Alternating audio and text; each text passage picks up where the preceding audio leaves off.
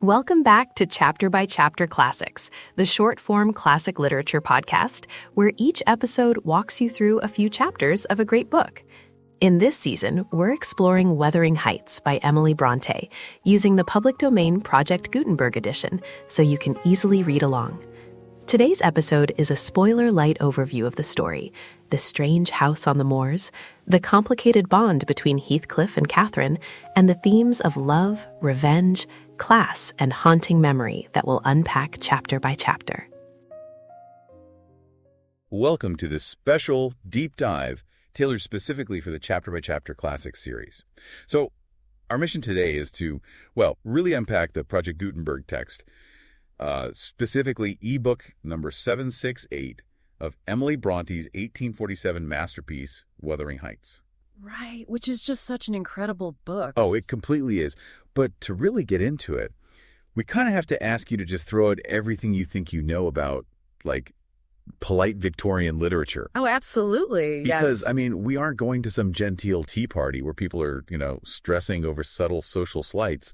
We are walking into what is basically a generational hostage situation on the freezing Yorkshire moors. That is the perfect way to frame it, honestly. It's a hostage situation. And for anyone stepping into this novel right now, whether you're, a high school or college student prepping for a seminar, or just an adult reader looking to finally conquer this monumental book. Which you should. Definitely. But yeah, consider us your friendly teacher-like guides. We're going to provide a big picture, totally spoiler-light orientation to the foundational text itself. Yeah, we're going to map out the famously complex family trees, the atmospheric settings, and the incredibly dark themes. And all without ruining the ultimate fate of the characters for you. Exactly. Okay, let's unpack this. Okay.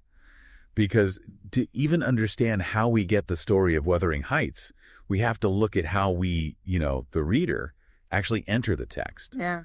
And we enter it through the eyes of a completely overwhelmed, kind of clueless outsider. Yeah, Emily Brontë makes this brilliant, highly disorienting narrative choice right on page 1. She doesn't start at the chronological beginning of the timeline. Right. She just drops us into the year 1801 with this guy, Mr. Lockwood. And Lockwood is this wealthy city gentleman looking for a solitary retreat, so he rents an estate called Thrushcross Grange. Right, and he just assumes the role of a polite, standard tenant. Oh. So he decides to, walk a few miles across the moors to introduce himself to his landlord. But Mr. Heathcliff. Yes. Who lives at a farmhouse called Wuthering Heights. Mm-hmm. And, Lockwood goes in expecting a standard country gentleman exchange, like maybe a glass of port. Some light conversation about the weather. Exactly. But instead, the sheer physical vulnerability of his visit just immediately strips away any illusion of Victorian civility. Heathcliff basically tells him to go to the devil through clenched teeth. Yeah, the hospitality is zero. Literally zero. And then Lockwood tries to casually interact with the household dogs, and this entire pack of them violently attacks him. It's wild. He's pinned down, his nose starts bleeding, and he literally has to be rescued by a servant wielding a frying pan. Which is such a great detail. And Brontë uses Lockwood's absolute shock to signal to the reader that the normal rules of society do not apply here. They really don't. And she escalates that shock during his second visit because a massive snowstorm traps Lockwood at Wuthering Heights, and that forces him to spend the night in this old oak-paneled bed that's tucked inside a sort of closet. Which leads to what I think is one of the most terrifying scenes in all of classic literature. Oh, completely. Lockwood is trying to sleep, and he hears a branch tapping against the window. So he breaks the glass to reach out and, move the branch, but instead of wood, his fingers close around the ice-cold hand of a little girl. Just chillin'. It's a child ghost. Mm-hmm. And she's sobbing, "Let me in, let me in. I'm Catherine Linton. I'm come home. I'd lost my way on the moor." And Lockwood's reaction is just so brutal. It is. He's so traumatized that he pulls the ghost's wrist down onto the broken glass and literally rubs it back and forth until blood soaks the bedclothes. Which tells you so much about the violence of this world. Yeah, he screams, wakes Heathcliff up, and then just watches in massive confusion as Heathcliff throws open the window, sobbing and basically begging for the ghost to return. Right. So Lockwood, obviously entirely traumatized, flees back to his rented house, Thrushcross Grange, and he basically begs his housekeeper, a woman named Nelly Dean, to explain what on earth is wrong with the people up at the Heights. Understandable, honestly. Totally. But that specific moment is where the entire mechanism of the narrative shifts. Lockwood acts as the outer narrator, right? He's recording everything in his diary. But Nelly Dean becomes the inner narrator. Right. She recounts the decades-long history of the Earnshaw and Linton families to Lockwood, who then writes it down for us. It's like, well, instead of a simple flashback, this structure feels like a Russian nesting doll or like an acoustic echo chamber. The true story has bounced off so many walls by the time it reaches us. The frequencies are completely distorted by the biases of the tellers. Exactly. We are reading Lockwood's diary, absorbing Nelly's spoken story, which, sometimes quotes letters from other characters. Which raises a massive red flag for me. If we are hearing the story secondhand from Nelly, rather than directly from the people living it, how much can we actually trust her version of events? And that right there is the crucial interpretive puzzle of the entire book. I mean, Brontë is forcing you to grapple with the theme of unreliable narration. You really cannot passively accept Nelly as an objective fly on the wall. Because she's not. No, she is deeply embedded in the plot. She actively interferes in these people's lives. To understand the story, you have to analyze her specific biases. Yeah, I mean, she openly admits to favoring the polite Linton family, and she gets incredibly annoyed by the wild Earnshaws, especially the original Catherine. Plus, she totally covers her own tracks when she makes mistakes. Precisely. Nelly shapes the narrative to make herself look reasonable to Lockwood. She gets to decide what to tell, what to omit, and how to frame the character's motivations. Brontë demands that you constantly read between the lines. Like when Nelly describes an event, you always have to ask yourself what alternative reality she might be, smoothing over. Right. And because we can't fully trust Nelly's biased perspective, we kind of have to look for truth in the one thing she can't easily manipulate, which is the environment itself. The very architecture of these two houses betrays the true nature of the people living inside them. Oh, absolutely. The settings in this book are practically living, breathing characters. They really are. The contrast between the two main locations, Wuthering Heights and Thrushcross Grange, is basically the structural foundation for the novel's major themes. Yeah, so let's examine Wuthering Heights first. The word wuthering is actually a local Yorkshire term. It describes the atmospheric tumult, like the sheer violence of the howling wind and the storms the house is constantly exposed to on this high ridge. Right, it's taking a beating. Exactly. The architect literally had to sink the narrow windows deep into the wall and defend the corners with massive jutting stones just so the building wouldn't blow apart. And over the main door, there are these grotesque carvings of griffins and the name Hareton Earnshaw, dated 1500. So it's ancient. Yeah. And inside, it's just an environment of raw, unpolished survival. Stone floors, villainous old guns mounted on the wall, hunting dogs wandering around. It is built as a fortress against both the elements and the outside world. But then down in the sheltered valley, you have the total inverse, which is Thrushcross Grange. Right. And when we first get a description of the Grange's interior, it's just dripping in luxury. It is carpeted in crimson, featuring crimson-covered chairs, a pure white ceiling bordered by gold, and this shower of glass drops hanging in silver chains. Very fancy. Very. It is warm, soft, and completely insulated from the harsh realities of the moor. It's a haven of supreme civilization and massive wealth. It honestly feels like comparing a wild, untamed wilderness where you have to fight for your life every single day to a highly manicured, climate-controlled botanical garden. That's a great analogy. But let me push back on how these settings actually function. Is it just a neat literary coincidence that the houses perfectly match the personalities of the people living in them? Or is Brontë arguing that our physical environment actively creates who we become? Well, what's fascinating here is how Brontë uses that exact tension to symbolize her core themes of nature versus civilization and the suffocating structures of social class. The Heights represents raw emotion, primal forces, and unfiltered instinct. The people forged in that environment are hardened, they're feral, and they're deeply connected to the earth. Meanwhile, the Grange represents the artificial manners, education, and rigid social standing of polite society. And the entire central tragedy of the novel ignites the very moment the raw nature of the Heights collides with the civilized artificial world of the Grange. Which brings us to the actual players in this collision, right? The chaotic first generation of characters. So up at Wuthering Heights, you have the Earnshaw family.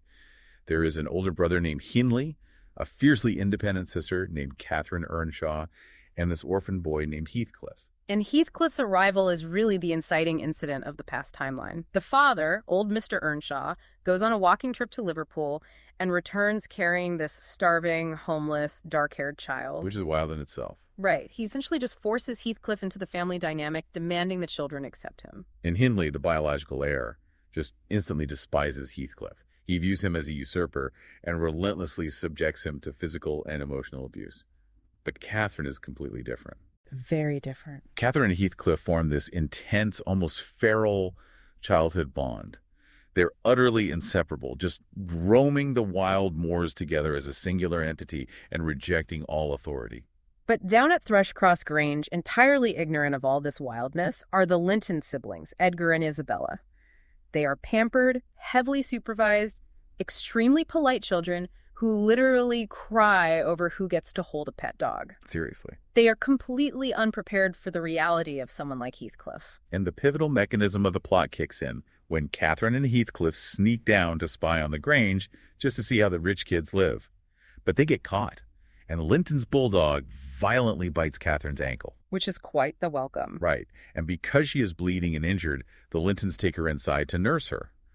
But they take one look at Heathcliff's rough clothes and unpolished manners and literally lock him out in the cold. They really do. Just shut the door on him. Yeah.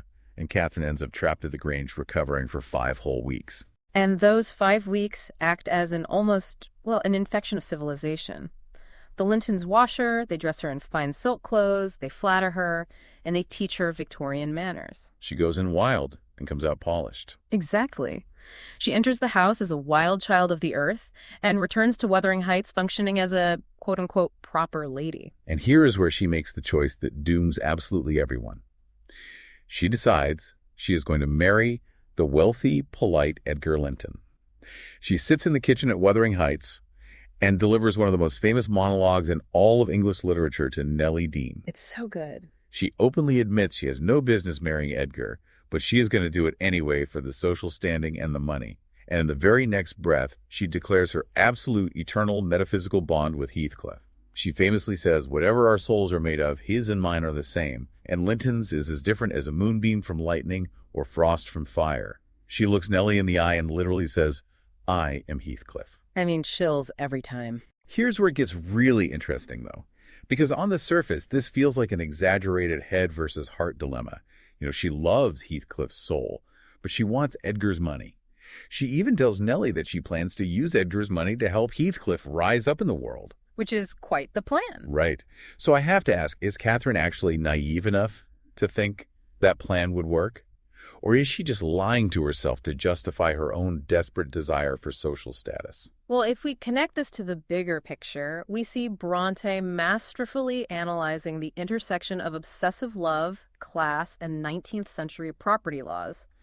Catherine is not just being greedy here. She is navigating the terrifying reality of being a woman in 1847.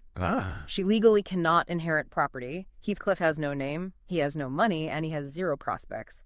To marry Heathcliff means choosing a life of absolute poverty and social degradation. Especially since her brother Hindley, who inherited Wuthering Heights after their father died, intentionally stripped Heathcliff of his education. He basically forced him to work as a common farm laborer in the dirt. Exactly the mechanism of his revenge. Hindley uses his economic power to crush Heathcliff. So Catherine makes a highly calculated socioeconomic choice. But in doing so, she commits a profound betrayal of her own essential nature. She chooses the artificial safety of civilization over the primal truth of her soul. Wow. Yeah, Brontë is demonstrating how the rigid, unyielding societal expectations of the era force people into choices that just completely destroy authentic, natural connections. And the tragedy is officially sealed by a massive misunderstanding.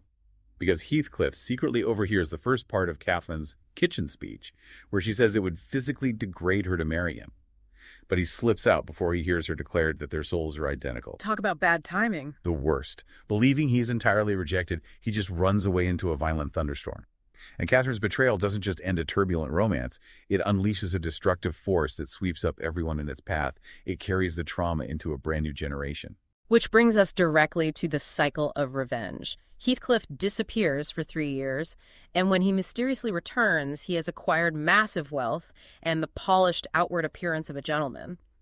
But internally, his nature is completely unchanged. Not at all. Catherine herself warns her new family that Heathcliff is not a rough diamond, but a fierce, pitiless, wolfish man. And he proves it.